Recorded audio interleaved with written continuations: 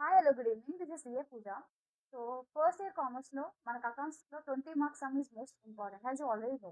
But చాలా పీపుల్కి ఆ 20 మార్క్స్ అనగానే ఫియర్ ఉంటుంది.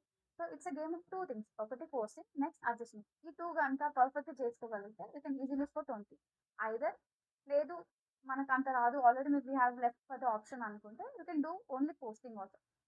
ఆ పోస్టింగ్ షార్ట్ కట్ నేను ఈరోజు మీకు చూపిస్తాను. This is a short cut, it is a format. I think it's visible on the screen, so you can follow.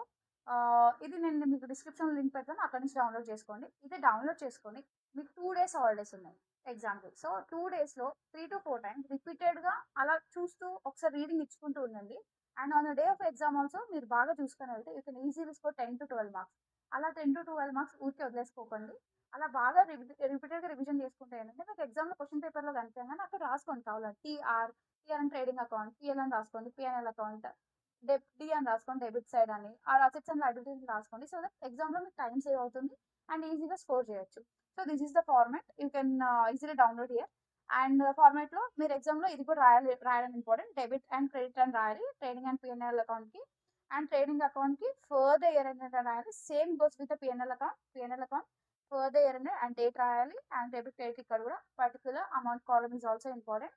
Balance sheet కి కొంచెం డిఫరెంట్ ఉంటుంది. హ్యాజ్ ఆన్ ఇయర్ అనేది ఉంటుంది. డెబిట్ క్రెడిట్ లాంటివి ఏమి ఉండవు.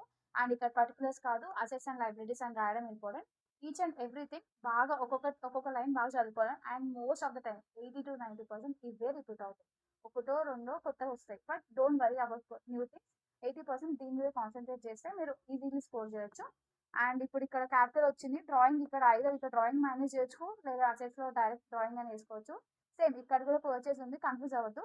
పర్చేస్ నుంచి పర్చేస్ రిటర్న్ ఇక్కడ మైనస్ చేయొచ్చు, ఆర్ క్రెడిట్ లో వేసుకోవచ్చు. Same goes with the sales నుంచి సేల్స్ మైనస్ ఇక్కడ చేసుకోవచ్చు, సేల్స్ రిటర్న్ మైనస్ చేయొచ్చు, లేదా ఇక్కడ డెబిట్ లో సేల్స్ రిటర్న్ ఇక్కడైనా వేసుకోవచ్చు. Anything is fine, both the ways correct.